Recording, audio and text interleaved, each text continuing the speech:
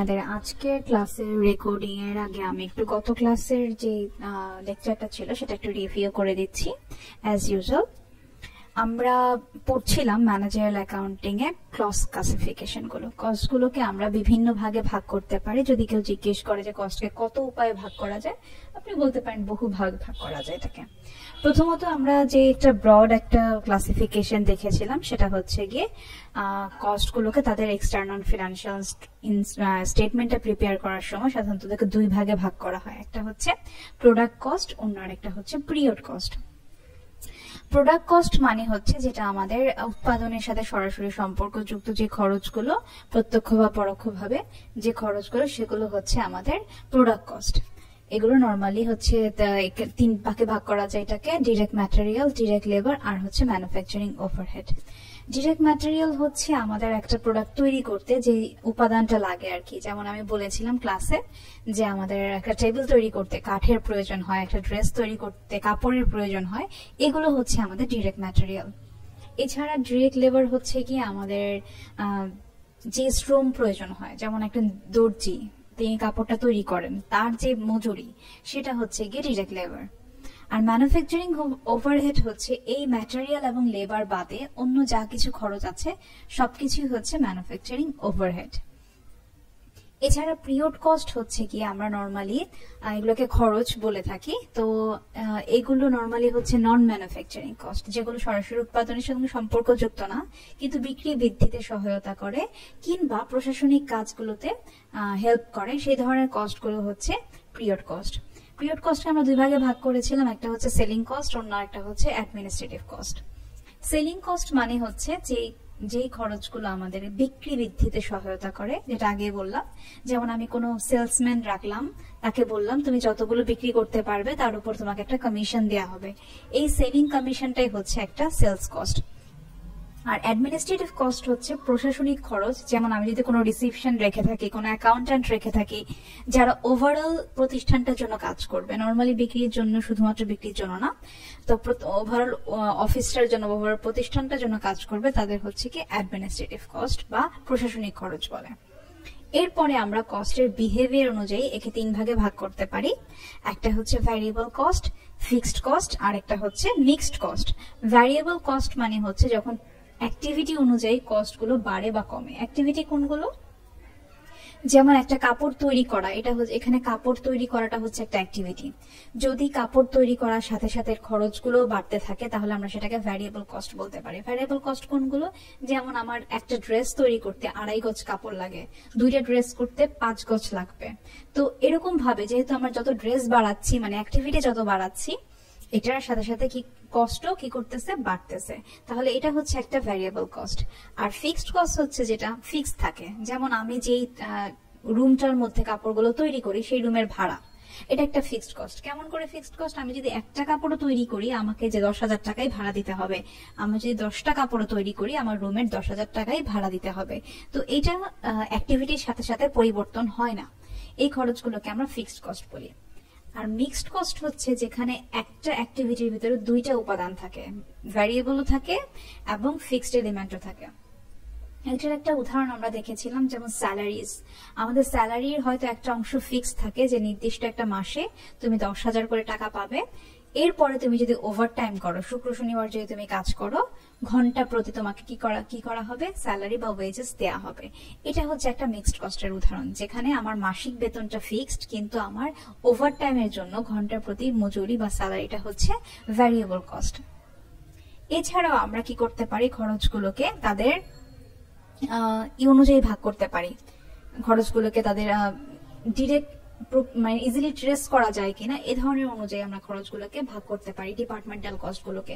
যেমন direct cost এবং indirect cost. Direct cost মানে হচ্ছে যেটা আমরা ইজিলি ট্রেস করতে পারি। ইজিলি ট্রেস করা মানে কি? ইজিলি ট্রেস করা মানে হচ্ছে একটা প্রোডাক্ট তৈরি করার ক্ষেত্রে আমি যদি খরচটাকে সরাসরি প্রোডাক্টের উপর ভাগ করে দিতে পারি তাহলে সেটাকে বলা হয় ইজিলি ট্রেস করা। যেমন একটু আগে আমরা বলছিলাম যে আমি কিন্তু চাইলেই বলতে পারছি যে এই কাপড়টা তৈরি করতে, মানে এই ড্রেসটা তৈরি করতে কতটুকু কাপড় লাগলো, কয়টা বোতাম লাগলো, কয়টা চেইন লাগলো, এগুলো কিন্তু আমি বলতে পারছি। কিন্তু আমি কিন্তু বলতে পারবো না যে ওই কাপড়টা তৈরি করতে ওই বিল্ডিং এর ভাড়াটার কতটুকু অংশ লেগেছে, বা ওই কাপড়টা তৈরি করতে ওই বিল্ডিং এর ইলেকট্রিসিটি কস্টের কতটুকু ব্যয় হয়েছে, লাইটটা কত সময় খরচটা হয়েছিল, এটা কিন্তু আমরা সাধারণত বলতে পারি না। এগুলো হচ্ছে ইনডিরেক্ট কস্ট, যেগুলো ইজিলি ট্রেস করা যায় না। আর ডিসিশন মেকিং এর ক্ষেত্রে আমরা খরচগুলোকে 3 ভাগে ভাগ করতে পারি বা কস্টগুলোকে 3 ভাগে ভাগ করতে পারি। একটা হচ্ছে ডিফারেন্সিয়াল কস্ট, আর একটা হচ্ছে সাঙ্ক কস্ট, এবং অন্য একটা হচ্ছে অপরচুনিটি কস্ট। ডিফারেন্সিয়াল কস্ট মানে হচ্ছে যখন আমাদের দুইটা অল্টারনেটিভের মধ্যে খরচটা মাঝখানে এসে দাঁড়ায়, যে ডিফার করে, সেটাই হচ্ছে কি আমাদের ডিফারেন্সিয়াল কস্ট। যেমন আমি যদি একটা আপেল কিনতে যাই, সেটার দাম যদি হয় 10 টাকা, এবং আমি যদি একটা কমলা কিনতে যাই, সেটার দাম যদি হয় 15 টাকা, তাহলে এখানে আমার ডিফারেন্সিয়াল কস্ট হচ্ছে গিয়ে 5 টাকা। সাঙ্ক কস্ট মানে হচ্ছে যেটা একটা অতীতের একটা খরচ, যেটা অলরেডি হয়ে গিয়েছে এবং কোনোভাবে আমার বর্তমান ডিসিশনকে এটা এফেক্ট ফেলবে না, এই ধরনের খরচগুলোকে আমরা বলি সাঙ্ক কস্ট। এর উদাহরণ আমরা বলেছিলাম যে আমার একটা মেশিন কিনেছিলাম, সেই মেশিনটার খরচ যেটা অলরেডি কিনে ফেলেছি, এটা একটা অ্যাবসোলিউট এখন মেশিন, এখন আর কোনোভাবেই কাজে লাগছে না, এটা একটা সাঙ্ক কস্টের উদাহরণ। আর এরপরে আমরা বলেছিলাম অপরচুনিটি কস্টের কথা। অপরচুনিটি কস্ট মানে হচ্ছে ফরগন বেনিফিট, যেটা আমরা অন্য আরেকটা অল্টারনেটিভ নিতে গিয়ে যেটাকে ছেড়ে দিলাম, সে ধরনের বেনিফিট গুলোকে আমরা বলছি অপরচুনিটি কস্ট। যেমন আমি যদি এখন ঘুরতে যাই, আমাকে হয়তো বা বলবে যে তুমি 1 মাসের স্যালারি, আমি 1 মাসের জন্য কোথাও ঘুরতে যাচ্ছি, তা আমাকে হয়তো বলবে ঠিক আছে তুমি ঘুরতে যেতে পারো, কিন্তু তোমার লিভ দেওয়া হবে কিন্তু আনপেইড, মানে তোমাকে টাকা দেওয়া হবে না। তাহলে এই যে ঘুরতে যাওয়ার অপরচুনিটি কস্ট হচ্ছে আমার সেই 1 মাসের বেতন, এটা একটা ফরগন বেনিফিট বা অপরচুনিটি কস্ট।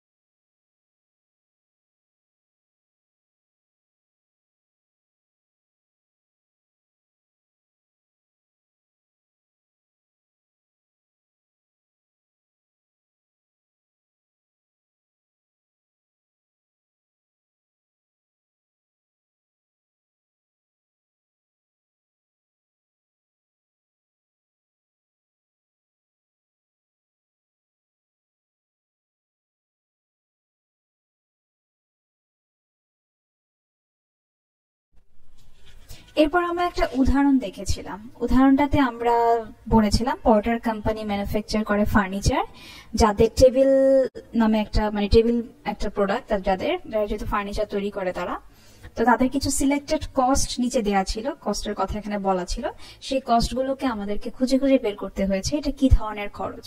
তো তার আগে আমরা নিজেরাই একটা টেবিল তৈরি করে নিয়েছি, যে টেবিলটার মধ্যে আমরা আমাদের সবগুলো কস্টগুলোকে প্রথমে হেডিং দিয়েছি। হেডিং মানে হচ্ছে আমরা লিখেছি ওইখানে ভ্যারিয়েবল কস্ট কিংবা ফিক্সড কস্ট, পিরিয়ড কস্টের আন্ডারে আমরা সেলিং এন্ড অ্যাডমিনিস্ট্রেটিভ কস্টটাকে লিখেছি। প্রোডাক্ট কস্টের আন্ডারে আমরা 3 ধরনের কস্টটা লিখেছি, direct material, direct labour, manufacturing overhead. আর অন্যদিকে আমাদের দুটো এক্সট্রা কস্ট ছিল, সেটা হচ্ছে সাঙ্ক কস্ট এবং অপরচুনিটি কস্ট। তাহলে চলেন আমরা একটু দেখি এক এক করে প্রথম 1 থেকে 9 পর্যন্ত যে খরচগুলোর কথা বলা আছে সেগুলোর ধরন কি সেটা একটু খুঁজে বের করি। প্রথমত বলা আছে the tables are made of wood that cost 100 per table. তার মানে হচ্ছে টেবিলগুলো তৈরি করা হয় কাঠ দিয়ে, যাদের খরচ হচ্ছে প্রতি টেবিল $100। তার মানে হচ্ছে টেবিল 2টা তৈরি করলে তাদের $200 লাগে, 3টা তৈরি করলে 300, এভাবে যত টেবিল তৈরি করে ততই বাড়তে থাকে। তার মানে অ্যাক্টিভিটি বাড়লে খরচও বাড়ছে, তাহলে এটা একটা ভ্যারিয়েবল কস্ট। আর পাশাপাশি এটা একটা ডিরেক্ট ম্যাটেরিয়াল কস্ট, কারণ একটা টেবিল তৈরি করার ডিরেক্ট ম্যাটেরিয়াল হচ্ছে কাঠ। 2 নাম্বার যে খরচটার কথা বলা আছে সেটা হচ্ছে the tables are assembled by worker at a wage cost of 40 per table. তার মানে টেবিলগুলোকে অ্যাসেম্বল করে কিছু ওয়ার্কার বা কিছু শ্রমিক, যাদের মজুরি হচ্ছে 40 টাকা পার টেবিল বা $40 পার টেবিল। এটাও একটা ভ্যারিয়েবল কস্ট, কারণ টেবিলের অ্যাক্টিভিটি বাড়লে মানে টেবিল বাড়লে তাদের ওয়েজটাও বাড়ছে। তাদের একটা টেবিলের জন্য 40 টাকা, 2টা টেবিল করলে তারা 80 টাকা নিচ্ছে। পাশাপাশি এটা একটা ডিরেক্ট লেবার কস্ট, কারণ টেবিল তৈরির সাথে এই লেবার গুলো সরাসরি সম্পর্কযুক্ত। 3 নাম্বার যে কস্টার কথা বলা আছে সেটা হচ্ছে workers assembling the tables are supervised by a factory supervisor who is paid $38,000 per year. তার মানে হচ্ছে যারা অ্যাসেম্বল করে যে শ্রমিকগুলো তাদেরকে দেখাশোনা করার জন্য একজন সুপারভাইজার রাখা হয়েছে, ফ্যাক্টরি সুপারভাইজার, যার বেতন হচ্ছে ইয়ারলি 38,000। এটা একটা ফিক্সড কস্ট, কারণ টেবিল 10টা বেশি তৈরি করলেও এই সুপারভাইজারের স্যালারি কমবে বা বাড়বে না। তার মানে টেবিলের অ্যাক্টিভিটির সাথে এর কোনো সম্পর্ক নাই। পাশাপাশি এটা একটা ম্যানুফ্যাকচারিং ওভারহেড। আমরা আগেই বলেছিলাম ডিরেক্ট লেবার এবং ডিরেক্ট ম্যাটেরিয়াল বাদে বাদ বাকি সব খরচগুলো হচ্ছে উৎপাদনের সাথে সম্পর্কযুক্ত সব খরচগুলোই হচ্ছে ম্যানুফ্যাকচারিং ওভারহেড। এটা কেন ডিরেক্ট লেবার না? কারণ হচ্ছে এই সুপারভাইজার সরাসরি টেবিল তৈরির সাথে সম্পর্কযুক্ত না, তিনি শুধুমাত্র সুপারভাইজ করেন। আচ্ছা, 4 নাম্বারটায় বলেছে ইলেকট্রিক্যাল কস্ট আর 2 পার মেশিন আওয়ার। বৈদ্যুতিক খরচ হচ্ছে $2 প্রতি আওয়ার প্রতি, মানে ঘন্টা প্রতি $2। আর মেশিন আওয়ার প্রয়োজন হয় এক একটা টেবিল তৈরি করতে 4 ঘন্টা লাগে আর কি। তার মানে হচ্ছে টেবিল যত বাড়বে ইলেকট্রিক কস্টটাও তত বাড়বে। যেহেতু একটা টেবিল তৈরি করতে 4 ঘন্টা লাগে, 2টা টেবিল তৈরি করতে 8 ঘন্টা লাগবে, তাহলে ইলেকট্রিক কস্টটাও পাশাপাশি বাড়তে থাকবে। তাহলে এই যে 4 নাম্বার ইলেকট্রিক কস্টটা, এটা একটা ভ্যারিয়েবল কস্ট, পাশাপাশি এটা একটা ম্যানুফ্যাকচারিং ওভারহেড। 5 নাম্বারটায় বলেছে the depreciation on the machine used to make the tables আর 10,000 পার ইয়ার। যে ডেপ্রিসিয়েশন, যে মেশিনটা দিয়ে টেবিল তৈরি করা হয় তার ডেপ্রিসিয়েশন হচ্ছে 10,000 টাকা প্রতি বছর। And the machines have no resale value and do not wear out through the use. তার মানে হচ্ছে মেশিনের রিসেল কোনো ভ্যালু নাই, মানে বছর শেষ হয়ে গেলে মেশিনটা যখন বন্ধ হয়ে যাবে এটাকে আর কোনোভাবে বিক্রি করা যাচ্ছে না, বিক্রি করা যায় না, বা বিক্রি করলে কোনো টাকা পাওয়া যায় না। And do not wear out through out the use, এর মানে হচ্ছে মেশিনটা ব্যবহার করলে এর কোনো ক্ষয় হয় না। তাহলে এই যে খরচটা, এটা একটা ফিক্সড কস্ট, কারণ টেবিল যতই তৈরি করুক, যেহেতু এটা টেবিলটা তৈরি করলে কোনো ক্ষয় হয় না, তার মানে এটা হচ্ছে টেবিলের অ্যাক্টিভিটির সাথে এর কোনো সম্পর্ক নাই। অ্যাক্টিভিটি বাড়লে ও কি করছে না, বাড়ছে বা কমছে না। তাহলে ডেপ্রিসিয়েশন একটা ফিক্সড কস্ট, পাশাপাশি এটা একটা ম্যানুফ্যাকচারিং ওভারহেড কস্ট।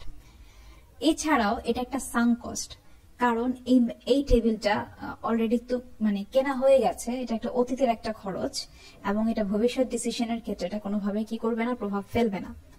6 নাম্বারটা হচ্ছে the salary of president of the company 1 lakh per year. প্রতিষ্ঠানের যে প্রেসিডেন্ট বা মালিক, তার স্যালারি হচ্ছে প্রতি বছর 1 লাখ টাকা। এটা একটা ফিক্সড। টেবিল 2টা বেশি বিক্রি করলেও তার স্যালারি কমছে না, 2টা কম বিক্রি করলেও তার স্যালারি কমছে না। তার মানে এটার সাথে তার টেবিল অ্যাক্টিভিটির কোনো সম্পর্ক নাই। পাশাপাশি এটা একটা পিরিয়ড কস্ট।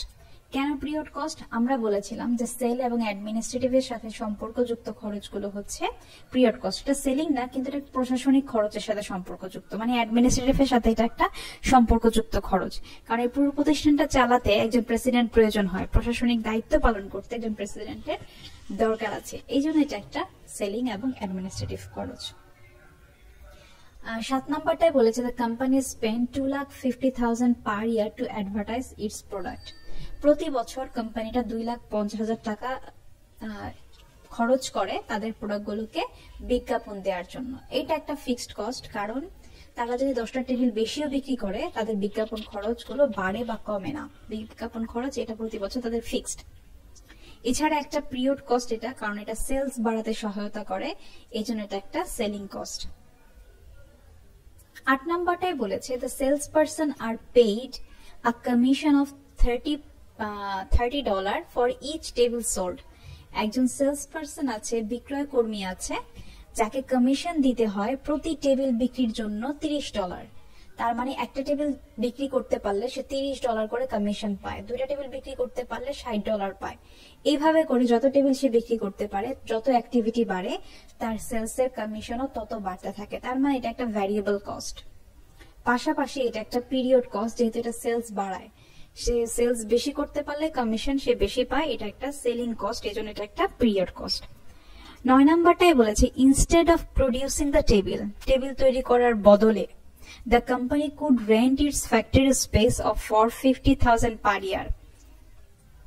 টেবিল তৈরি করার বদলে কোম্পানি তার ফ্যাক্টরির যে জায়গাটা আছে সেটাকে ভাড়া দিতে পারত,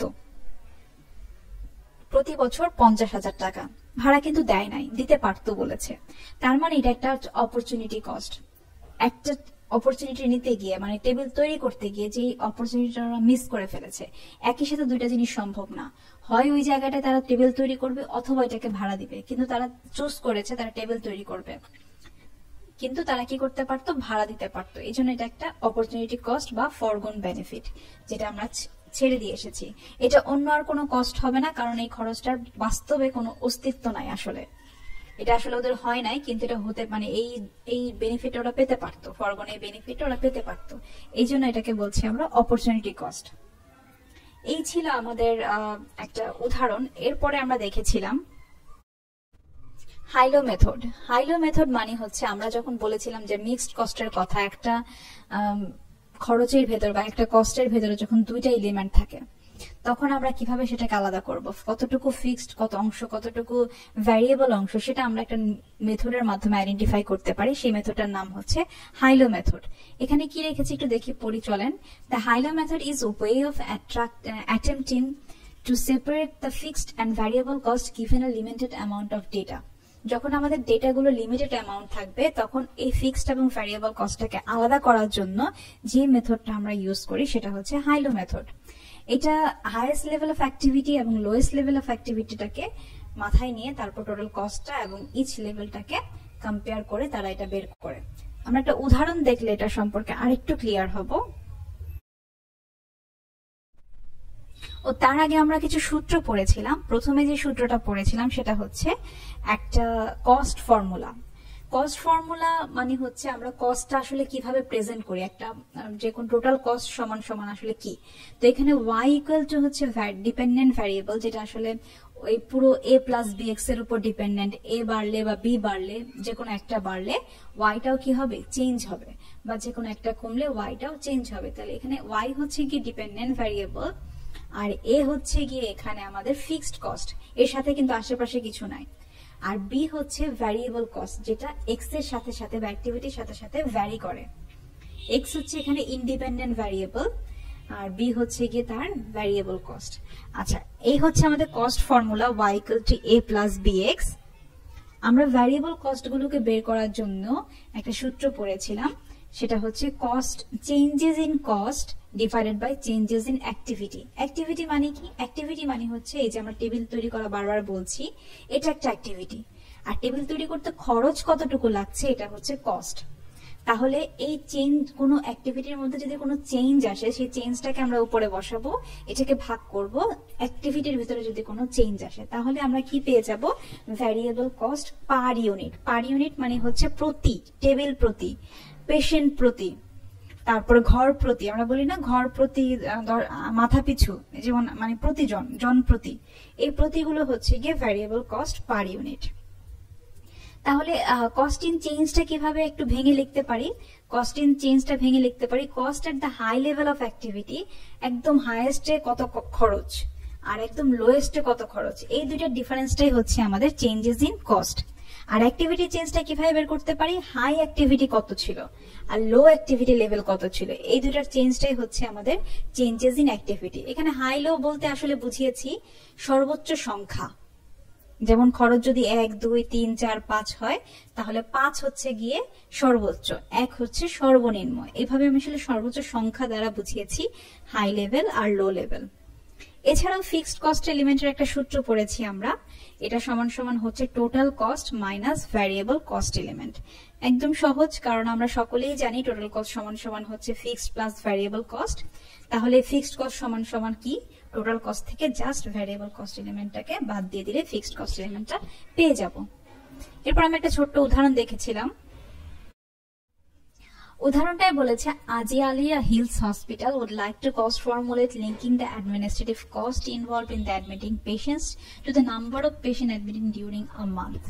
ওরা জানতে চাচ্ছে একটা মাসের মধ্যে ওদের কতটুকু ফিক্সড এবং কতটুকু ভ্যারিয়েবল। কিন্তু এখানে যেটা দেয়া আছে তথ্যের ভেতরে, সেখানে কিছু মাস বলা আছে, মে থেকে ডিসেম্বর পর্যন্ত, নাম্বার অফ পেশেন্ট অ্যাডমিটেড, কতজন ভর্তি হয়েছে পেশেন্ট, সেটার তথ্য দেয়া আছে। পাশাপাশি ওদের ডিপার্টমেন্টাল টোটাল খরচটা দেয়া আছে, একজন পেশেন্ট ভর্তি হলে তাদের খরচ কিরকম সেগুলো দেয়া আছে, প্রতি মাসের খরচটা দেয়া আছে। তো এর মধ্যে কিছু আছে হচ্ছে ফিক্সড, কিছু হচ্ছে ভ্যারিয়েবল। আমাদেরকে বলা হয়েছে ইনস্ট্রাকশনে use the high low method to estimate fixed and variable components of admitting cost. এই যে অ্যাডমিটিং কস্ট, এর মধ্যে ফিক্সড কতটুকু আর ভ্যারিয়েবল কতটুকু, এটা বের করো। বের করার পরে 2 নম্বরে বলেছে express the fixed and variable component of admitting cost as a cost formula in the form of y = a + bx। তার মানে আমাদেরকে ওই খরচটা বের করার পরে সেটাকে সাজিয়ে লিখতে বলেছে এই ফর্মুলা অনুযায়ী। আগে প্রথমে তাহলে বের করি, তারপর সাজিয়ে লিখবো।